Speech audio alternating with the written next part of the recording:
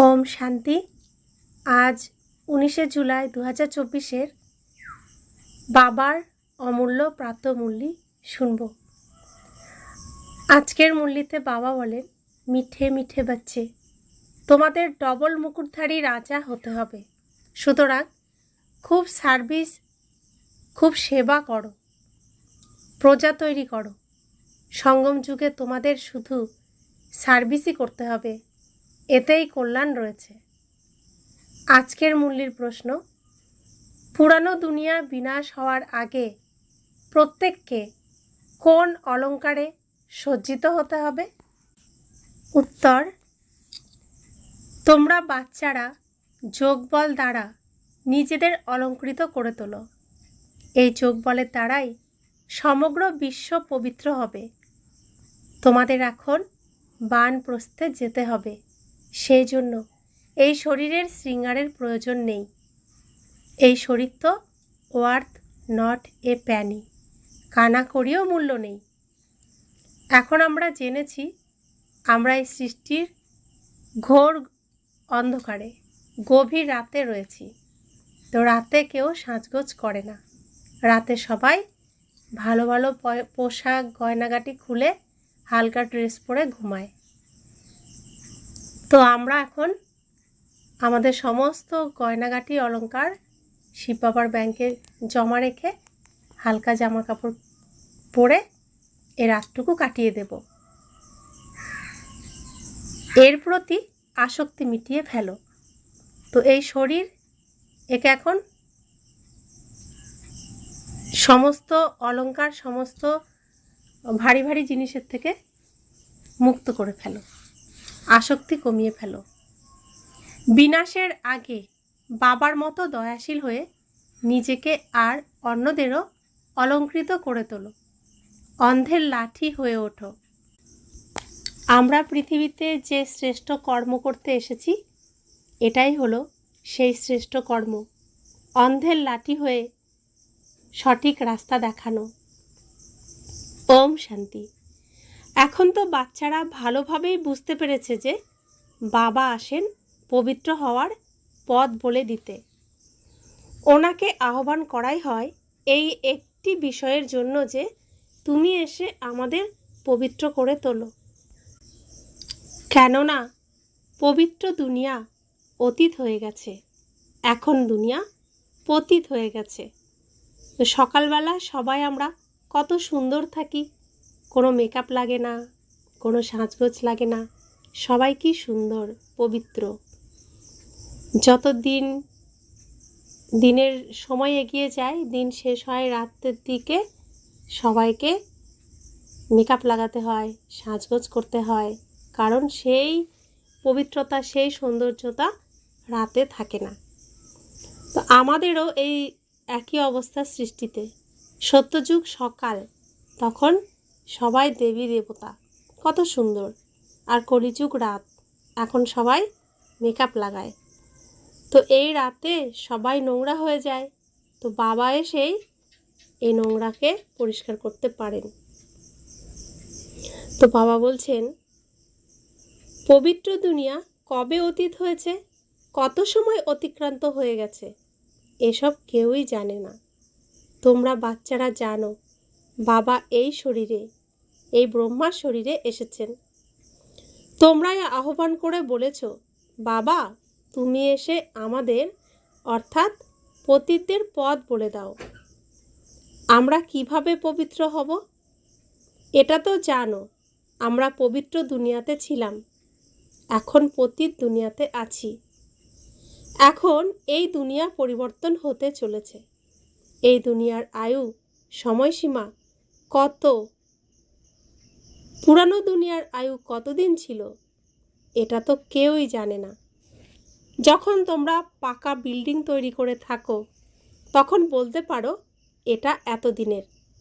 কাঁচা বাড়ি তৈরি করলেও বলতে পারবে এটা এত বছরের। তোমরা বুঝতে পারো এটা কত বছর চলতে পারে।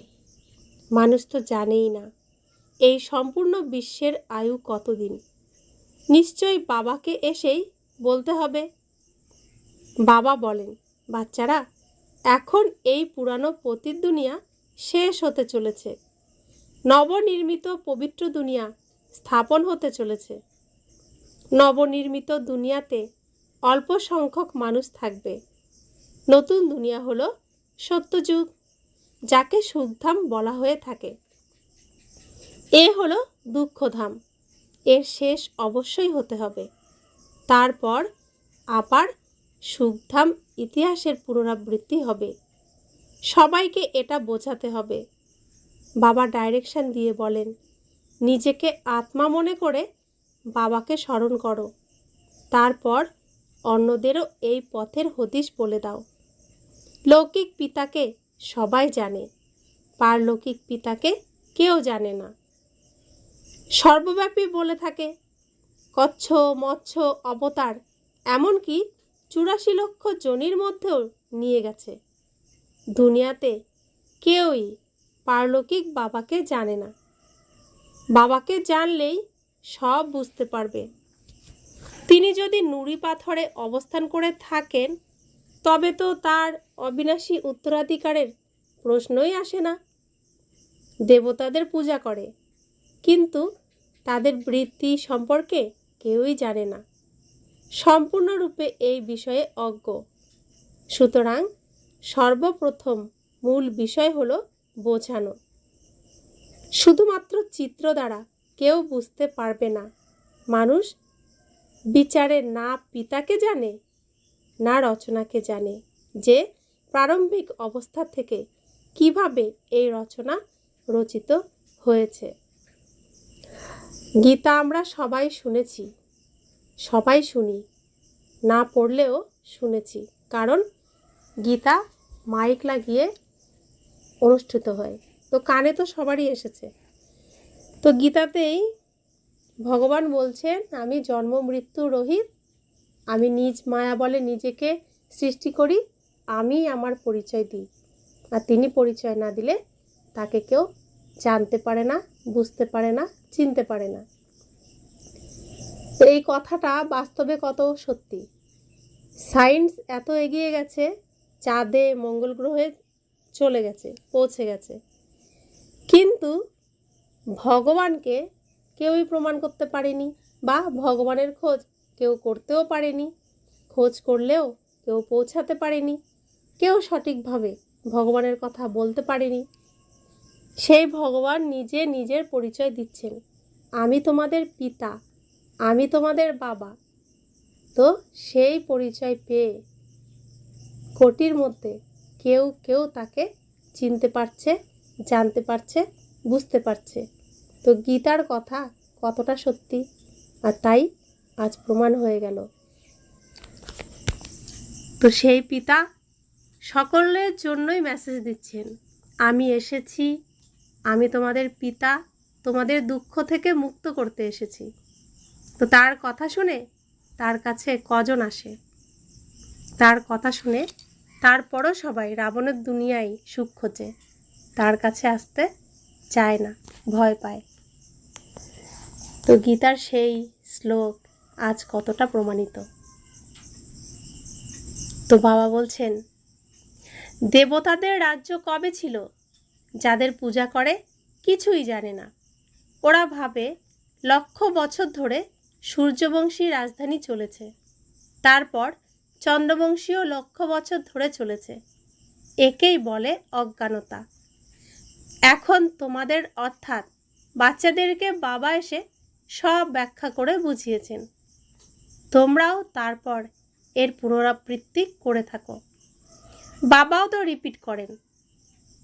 এভাবেই বোঝাও, বার্তা পৌঁছে দাও, নয়তো রাজধানী স্থাপন কিভাবে হবে?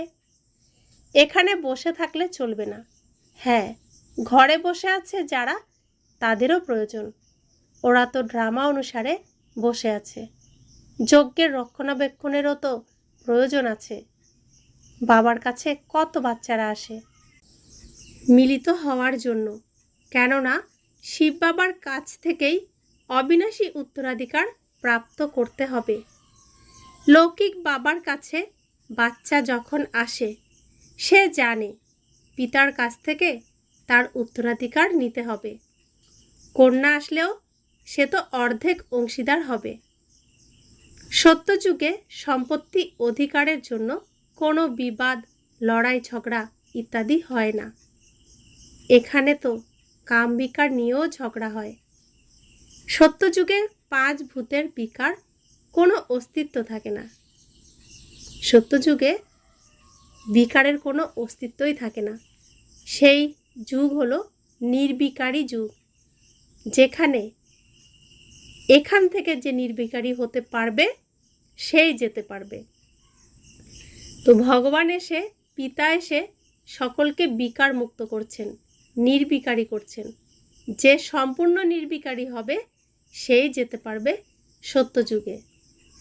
সুতরাং দুঃখের চিহ্ন মাত্র সেখানে নেই। তো সত্যযুগে যেতে হলে নিজেকে কৃষ্ণের সমান তৈরি করতে হবে। 16 কলা সম্পূর্ণ, সর্বগুণ সম্পন্ন, মর্যাদা পুরুষোত্তম, সম্পূর্ণ নির্বিকারী, সম্পূর্ণ অহিংসক। তবেই সে সত্যযুগে বৈকুণ্ঠে শ্রীকৃষ্ণের কাছে যেতে পারবে। তো বাবা বলছেন, সত্যযুগে সব রকমের আসক্তি থেকে মুক্ত হয়। এখানে ভাবে স্বর্গ ছিল, যা অতীত হয়ে গেছে। চিত্রও আছে, কিন্তু এই ধারণা তোমরা বাচ্চাদের এখনই আসে। সত্যযুগ ছিল, তার প্রমাণ লক্ষ্মীনারায়ণের চিত্র, কৃষ্ণের চিত্র, বিভিন্ন দেবী দেবতার চিত্র। কিন্তু সেই সত্যযুগ সম্পর্কেও ধারণা যখন বাবা এসে বোঝান তখনই আমাদের আসে।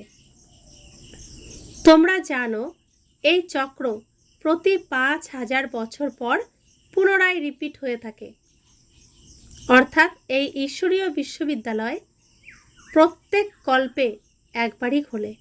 আর এই সর্বোচ্চ ঈশ্বরীয় বিশ্ববিদ্যালয়ে, সর্বোচ্চ ইউনিভার্সিটিতে শ্রেষ্ঠ শ্রেষ্ঠ বুদ্ধিমান, সৌভাগ্যবান আত্মারাই পড়তে আসতে পারে। তো ইউনিভার্সের যেখানে কথা হয় সেটাই হলো ইউনিভার্সিটি।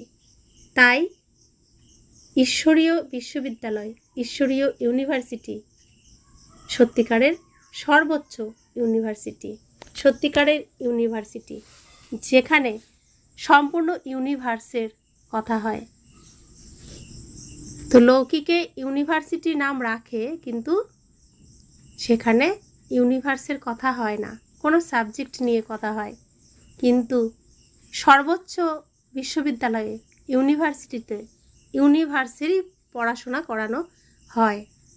তো বাবা বলছেন, শাস্ত্র তো কেউ এটা লিখে যায়নি যে সূর্যবংশী, চন্দ্রবংশী রাজবংশ 2500 বছর ধরে চলে। শাস্ত্রতে এমন কথা কেউ লেখেনি।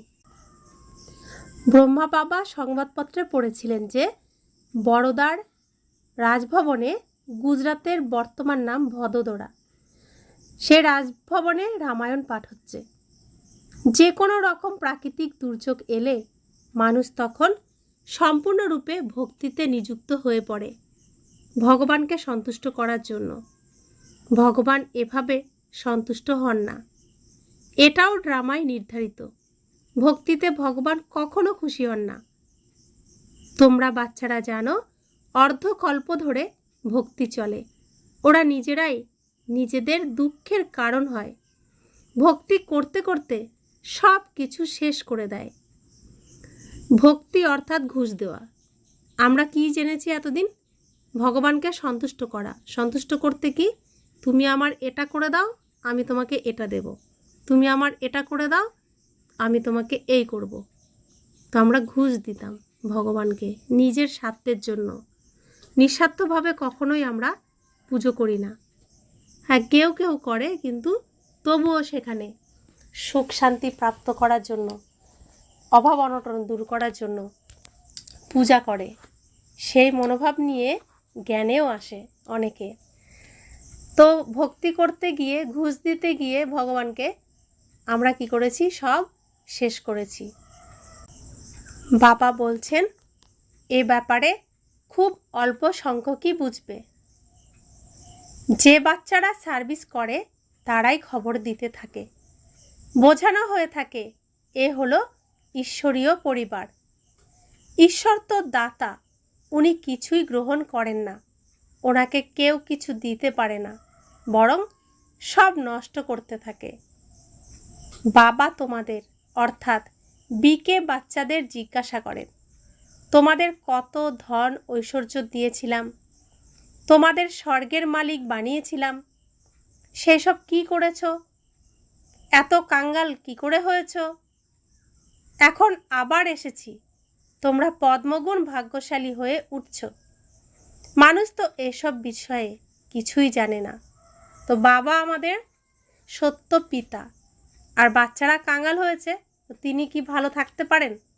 তিনি ছুটে এসেছেন আমাদেরকে আবার ঐশ্বর্যশালী করে তুলতে। তোমরা জানো এই পুরানো দুনিয়াতে আর থাকবো না, এ তো ধ্বংস হয়ে যাবে। তো রাতের পরে সকাল তো আসতেই হবে, অন্ধকার তো দূর হতেই হবে। তো সৃষ্টিতেও তাই, এখন ঘোর অন্ধকার, তো অন্ধকারের পরে সকাল হতে চলেছে, অন্ধকার দূর হতে চলেছে।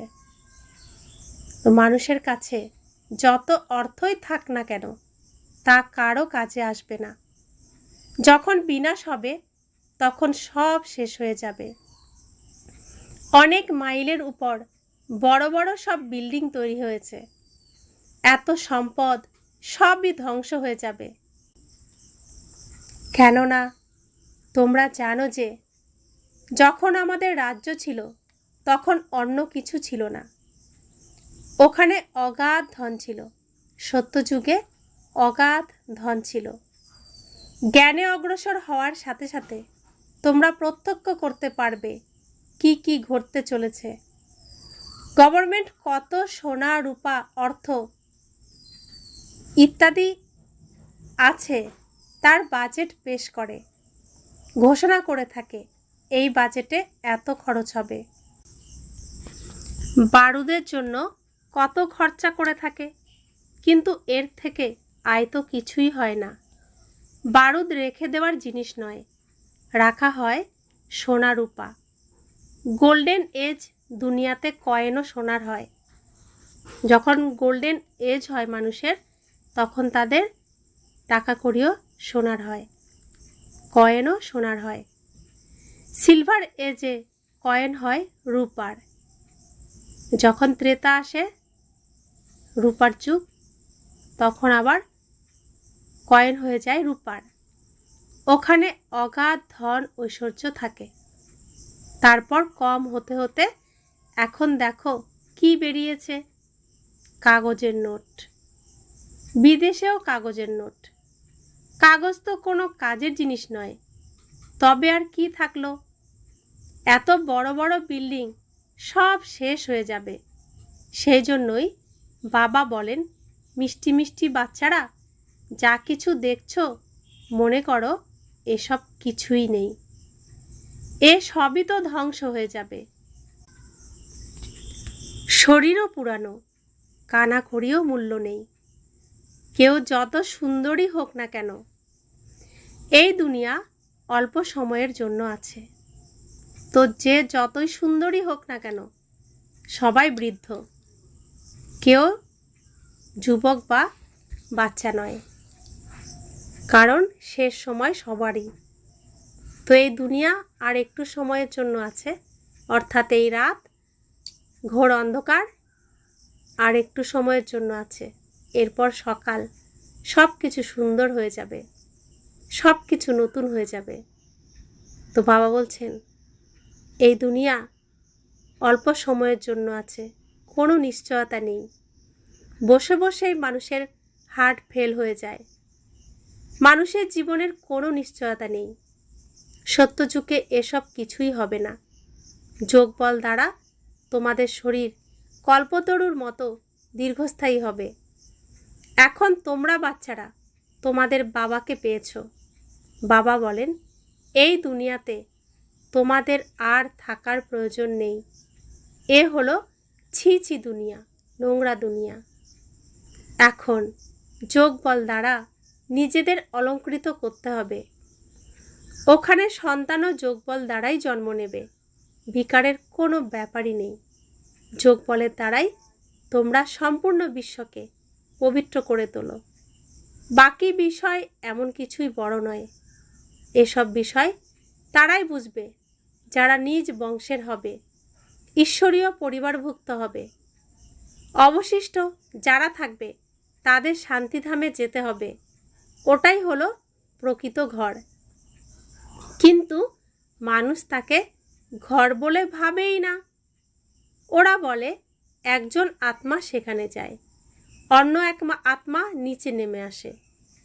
সৃষ্টির জনসংখ্যা বৃদ্ধি পেতে থাকে। রচয়িতা আর রচনাকে তোমরা জেনেছ, সেই জন্যই তোমাদের প্রচেষ্টা থাকে অন্যদের বোঝানো। এটাই ভাবো, যদি বাবা স্টুডেন্ট হয়ে যায়, সব কিছু জানতে পারলে খুশি হতে পারবে। তা আমরা প্রত্যেকেই এটাই ভাবি, বাবার এত সুন্দর সুন্দর কথা, ওরা কিছুই পাচ্ছে না, ওরাও বাবা স্টুডেন্ট হয়ে যাক, ওদের মনও খুশি হয়ে যাক, সব দুঃখ দূর হয়ে যাক। আমরা ব্রহ্মাকুমার কুমারীরা প্রত্যেককে এই আশায় রাখি অন্য আত্মার প্রতি, এই শুভ ভাবনাই রাখি অন্য আত্মার প্রতি। তো যারা আমরা গৃহস্থী সংসারে আছি, স্ত্রী জ্ঞান পেয়েছে, এত সুন্দর জ্ঞান অমৃত পান করছে, কিন্তু বাড়ির অন্যান্য সদস্যরা সেই অমৃত এক জায়গায় থেকেও পান করতে পারছে না, তো সেই স্ত্রীর মনে কতটা কষ্ট হয়। আবার কোনো ভাই যে জ্ঞান শুনছে, জ্ঞান অমৃত পান করছে, কিন্তু তার লৌকিক বাড়ির স্ত্রী, সন্তান, পিতা মাতা তারা এই অমৃত পান করতে পারছে না, তো সেই আত্মার কতটা কষ্ট হয় মনে, যে এত সুন্দর অমৃত আমি তাদের পান করাতে পারছি না। এটাই আমাদের ভেতরে যুদ্ধ চলে। তো বাবা বলছেন যে আমরা তো এখন অমরলোকে যেতে চলেছি। অর্ধকল্প ধরে মিথ্যে কাহিনী শুনে এসেছি, এখন খুব খুশি হওয়া উচিত, আমরা অমরলোকে যাব। এই মৃত্যুলোকের এখন অন্তিম সময়। আমরা খুশির খাজানা সম্পদ এখান থেকেই ভরপুর করে নিয়ে যাই। সুতরাং এই উপার্জন সঞ্চয় করতে, খুশির ঝুলি ভরপুর করতে সেবার কাজে লেগে পড়া উচিত। তখন খুশি খুশিতে আমাদের সব সেবা করা উচিত, কারণ আমরা জানি এখানে আমি যতটা ভরপুর হব, সঞ্চয় করব, ততটাই আমি সেখানে পাব। এর জন্য ব্যর্থ সময় নষ্ট করা উচিত নয়। এখন শুধুমাত্র অন্যদের সেবা করে নিজের ঝুলি ভরপুর করতে হবে। বাবা শেখান কিভাবে দয়াশীল হতে হয়। অন্ধের লাঠি হয়ে ওঠো, এই প্রশ্ন কোনো সন্ন্যাসী, বিদ্বান ব্যক্তি জিজ্ঞাসা করতে পারে না। ওরা তো জানেই না স্বর্গ কোথায়, নরক কোথায়। যত বড় উচ্চ পদস্থই হোক না কেন, এয়ার কমান্ডার চিফ হোক, সৈন্যবাহিনীর কমান্ডার চিফ হোক, বা নেভিতেই হোক, তোমাদের কাছে এদের তুলনা কিছুই না। তোমরা জানো খুব অল্প সময় আছে। স্বর্গ কি তা তো কেউই জানে না। এই সময় চতুর্দিকে মারামারি চলছে। ওদের এরোপ্লেন বা সৈন্যবাহিনীর প্রয়োজনই নেই, সব কিছুই ধ্বংস হয়ে যাবে। অল্প সংখ্যক মানুষ থাকবে। আলো, এরোপ্লেন ইত্যাদি সব কিছুই থাকবে, কিন্তু দুনিয়া কত ছোট হয়ে যাবে, ভারতই থাকবে। তো অল্প সংখ্যক কারা থাকবে? কোন অল্প সংখ্যক ভাগ্যশালী আত্মা, ভাগ্যশালী মানুষ যারা থাকবে? তো বাবা বলছেন, ঠিক যেমন মডেল তৈরি করা হয়, তো মিউজিয়ামে মডেল তৈরি করা হয়, সত্যযুগে একটিই দেশ থাকবে, সম্পূর্ণ পৃথিবী ভারত, যেখানে দেবী দেবতারা বাস করে, রাজত্ব করে। কারো বুদ্ধিতেই আসবে না যে মৃত্যু শেষ পর্যন্ত কিভাবে আসবে। তোমরা জানো মৃত্যু সামনে অপেক্ষা করছে। ওরা বলে আমরা এখানে বসেই বোমা নিক্ষেপ করব, যেখানেই পড়বে সব শেষ হয়ে যাবে। কোনো সেনা ইত্যাদির প্রয়োজন পড়বে না। এক একটি এরোপ্লেন তৈরি করতে কোটি টাকা খরচ হয়। সবার কাছে কত সোনা থাকে, টন টন সোনা সব সমুদ্র গর্ভে চলে যাবে। সম্পূর্ণ এই রাবণ রাজ্য হলো একটা আইল্যান্ড, দ্বীপ, অসংখ্য মানুষের বাস। তোমরা সবাই নিজের রাজ্য স্থাপন করতে চলেছ, সুতরাং সার্ভিসে ব্যস্ত থাকা উচিত। কোথাও বন্যা ইত্যাদি প্রাকৃতিক দুর্যোগে দেখো সবাই কত ব্যস্ত হয়ে পড়ে। সবাইকে খাদ্য ইত্যাদি পৌঁছে দিতে সার্ভিসে নিযুক্ত হয়ে পড়ে। জলমগ্ন হয়ে পড়ার আগেই সবাই পালাতে শুরু করে। তাহলে বিচার করো যে কিভাবে সব শেষ হয়ে যাবে। বিশ্বের চতুর্দিকে মহাসাগর রয়েছে। যখন ধ্বংস হবে সব কিছু জলমগ্ন হয়ে পড়বে। চারদিকে শুধু জল আর জল। তোমাদের বুদ্ধিতে থাকে যখন আমাদের রাজধানী ছিল সেই সময় বম্বে, করাচি ইত্যাদি ছিল না। ভারত খুব ছোট হয়ে যাবে। তখন শুধু ভারতই ছিল। আর থাকবে মিষ্টি জলের নদী। সেখানে জল নোনা হবেই না। ওখানে কুয়ো ইত্যাদির প্রয়োজন নেই। পান করার জন্য স্বচ্ছ জল থাকবে। ওখানে নদীর পাড়ে বসে সবাই খেলাধুলা করবে। সেখানে ময়লার কোনো প্রশ্ন নেই। নামই হলো স্বর্গ, অমরলোক। নাম শুনেই মনে হয় খুব শীঘ্রই বাবার কাছ থেকে সম্পূর্ণ পড়াশোনা শেষ করে উত্তরাধিকার গ্রহণ করি। ঈশ্বরীয় পাঠ নিজে পড়ে অন্যদেরও পড়াবো। সবাইকে ঈশ্বরীয় বার্তা পয়গাম দাও।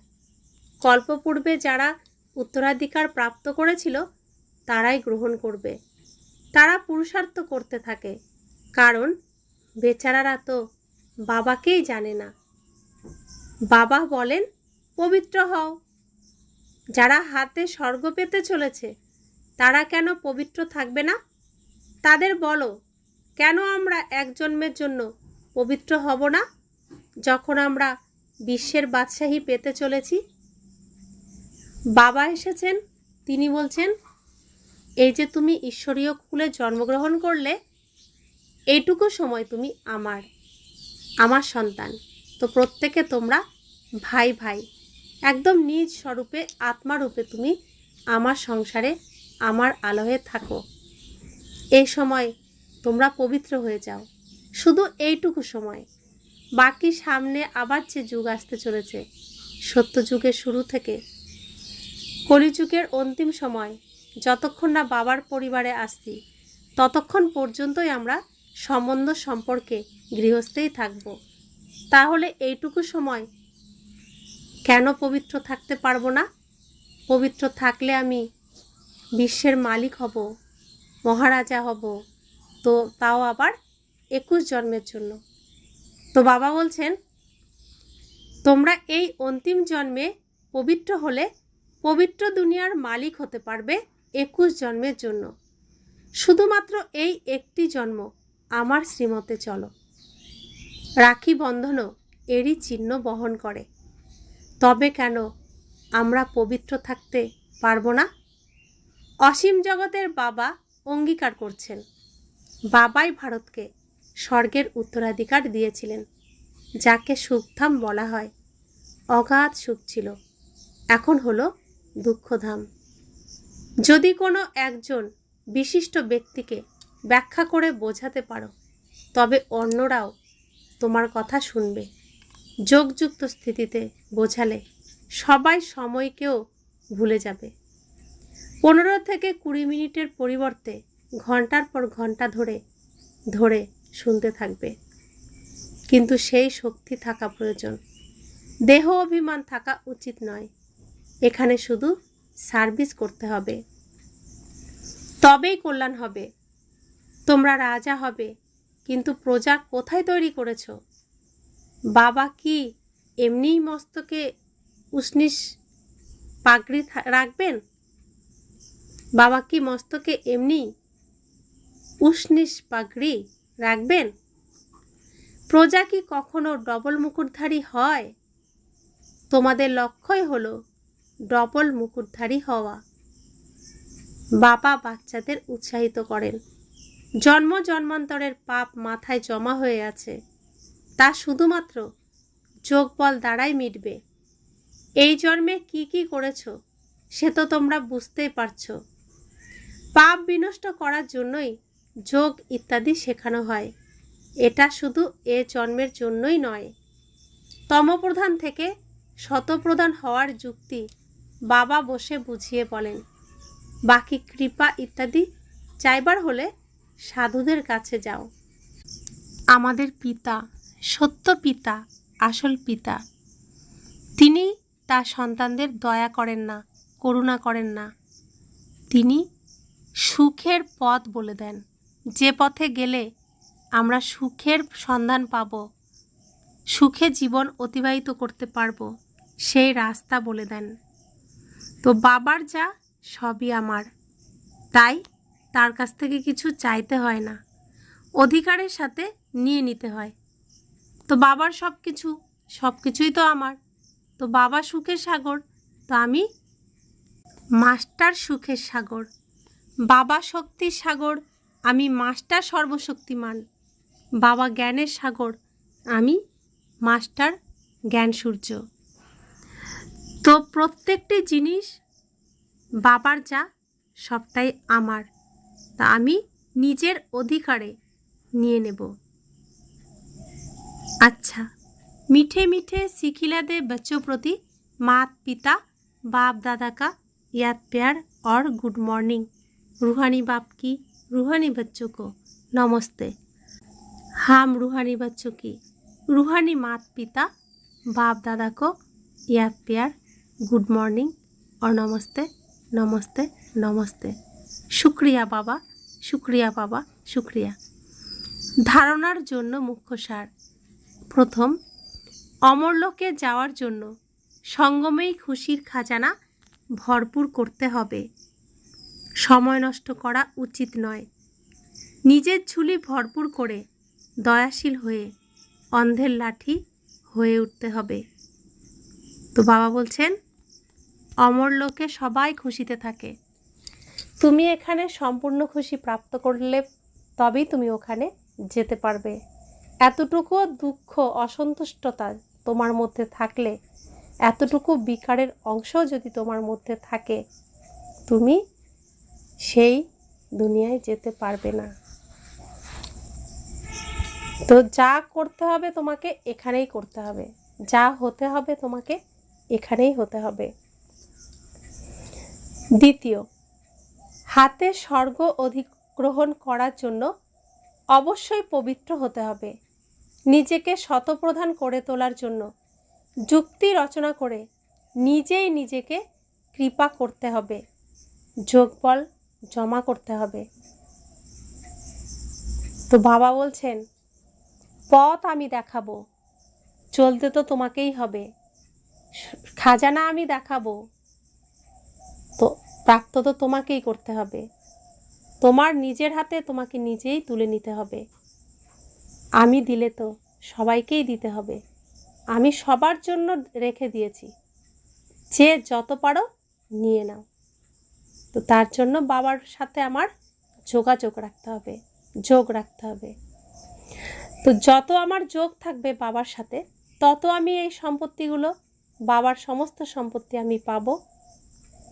এটাই তো ম্যাজিক বাবার আর ব্রহ্মাকুমার ব্রহ্মাকুমারীদের।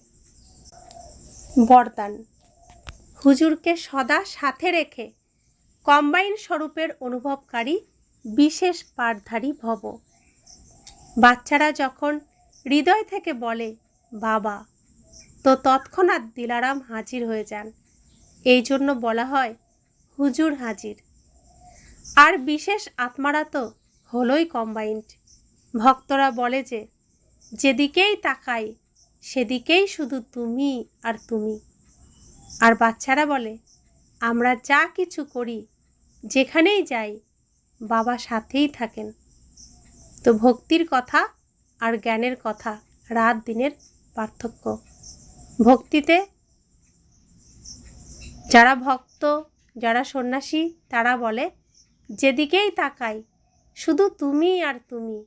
আর আমরা ব্রহ্মাকুমার ব্রহ্মাকুমারীরা বলি আমরা যা কিছু করি, যেখানে যাই, বাবা সাথেই থাকেন। বাবা নিজে করিয়ে নেন আমার শরীর দ্বারা, আমি তো শুধু নিমিত্ত।